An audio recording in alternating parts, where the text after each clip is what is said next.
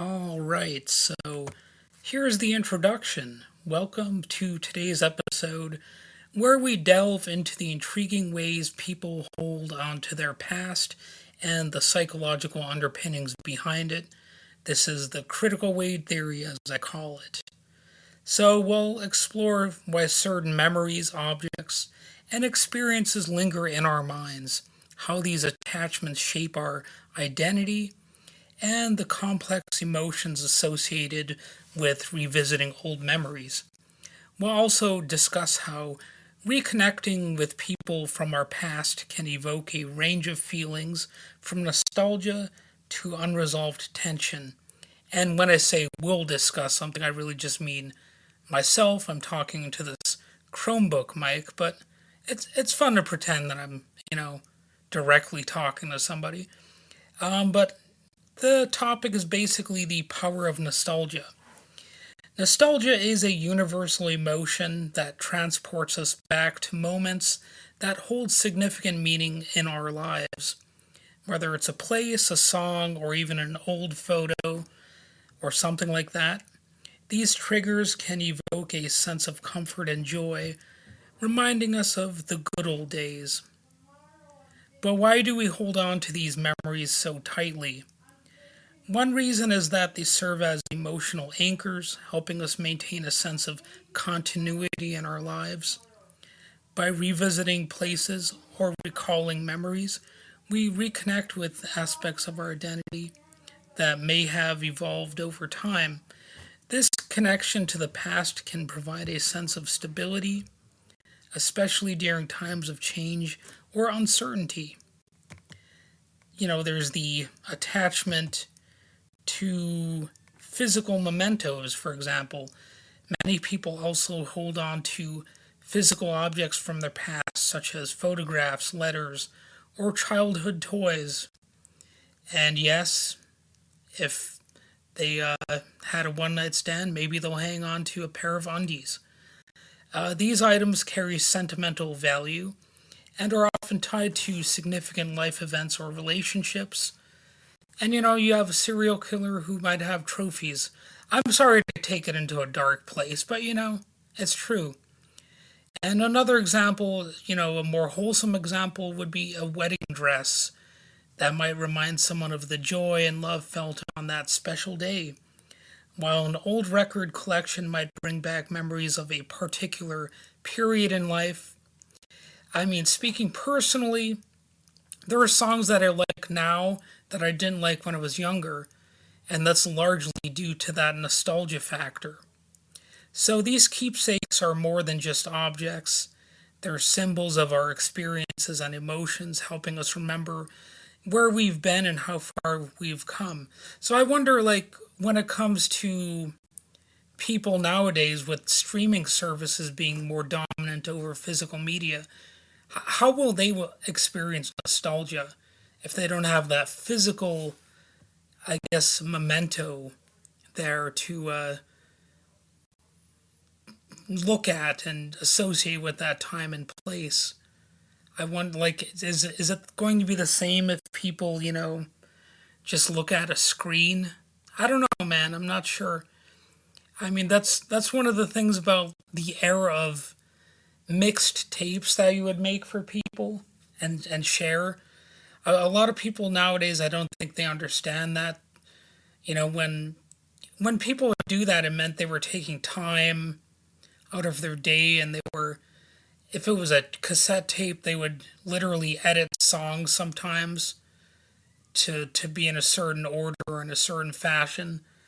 That there was actually thought involved and an effort, and it definitely makes it a little bit more of a sentimental experience than just here's my Spotify playlist or something like that. And then of course some people, they revisit important places in their lives. Visiting places tied to important memories is another way people stay connected to their past. These visits can be motivated by a desire to relive the emotions associated with these memories or to seek closure on unresolved feelings. For some, it's a way of reconnecting with their sense of identity, reinforcing who they are based on what they or where they've been. And of course, if we want to get dark again, a serial killer returns to the scene of the crime. You know, I've read enough about that and seen enough true crime documentaries. True crime. Jesus Christ, I can't talk. But anyway, this attachment to the past isn't always purely positive. It can sometimes reflect a struggle to move forward or a fear of letting go. So, balancing this attachment with living in the present and looking forward to the future is crucial for emotional well being. You know, sometimes the ability to let go might actually be a more important thing than the memory. So, of course, there's also reconnecting with people from the past. Have you ever had someone from your past suddenly reappear in your life? That it can happen for various reasons, from nostalgia to unresolved issues. And when old acquaintances or friends re enter our lives, it can stir up a mix of emotions. Some of them welcome, others not so much. People might reconnect out of a longing to revisit past friendships or because they are experiencing life changes that make them seek familiarity. And social media can also play a role, as algorithms may suggest reconnecting with people based on past interactions. And if you find that old person on, I don't know, whatever it is that kids use nowadays, Facebook is sort of still being used. So, maybe you'll try to connect with somebody on Facebook and fail miserably, and maybe you'll be depressed over it. That can happen. Social media is not always a positive thing, as people have famously found out. And, you know, thinking that you're going to really reconnect with all your old pals and have a hot time, that's not always going to happen, man. Sometimes it does. Maybe you'll occasionally have that happen for you, but it's definitely not always the way it's going to work out. In fact, sometimes you're going to learn that people that you used to respect and love are basically trash, for lack of a more polite way to put it at the moment. But anyway, what if the reappearance of someone from your past brings up unresolved feelings or unfinished business? It can be a challenging thing to navigate, especially if the relationship ended on uncertain terms, or maybe you were just plainly enemies or something like that. So that can happen. Well, I've had friend requests from people that I hated basically in high school, and I was like, why would I add this person? And 9 times out of 10, I will stick to that point and not add them. And there have been times where I've added basically complete strangers, and sometimes those end up being the people that I talk to the most. Like, oddly enough, I mean, this doesn't really have much to do with nostalgia at all. Well, basically nothing to do with it. But oddly enough, one of the people that I talk to most on, you know, uh, Blue Sky and on Twitter, or what that idiot wants to call X. But anyway, the person I talk to most on those two places is the former white nationalist that I had as a guest on my podcast. It's kind of strange. But yes, I've been in touch with Scott Ernest, talking about this and that. Don't worry, he hasn't backslid into being a neo-Nazi or anything. But it's just an example of life turning out in ways you wouldn't expect. Like I never would have thought that I'd be like regularly chatting with a former extremist, on social media. Um, but that's one of the interesting things about online life. So yeah, it's a funny thing to try to find closure to when it comes to past relationships.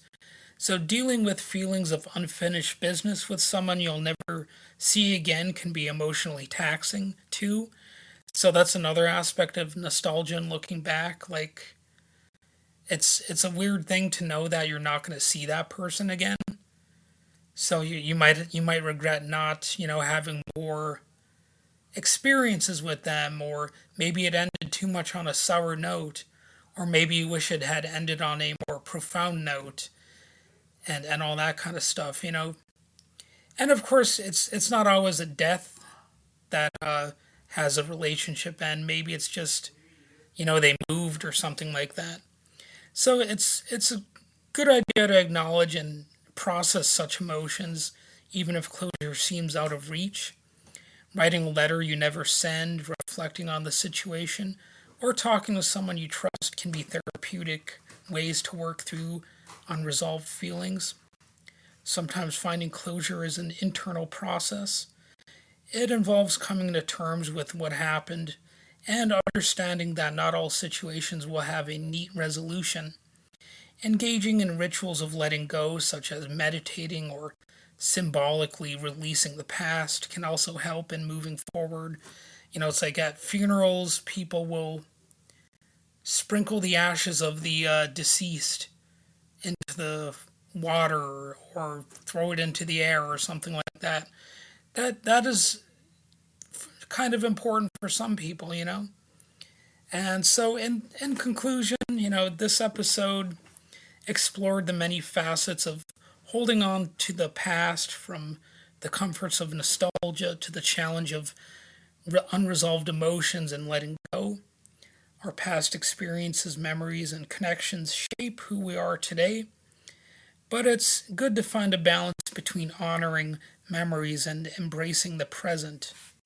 So, as I wrap up here, consider what you hold on to from your past and why. Are these attachments serving you well, or is it time to let go and make space for new experiences?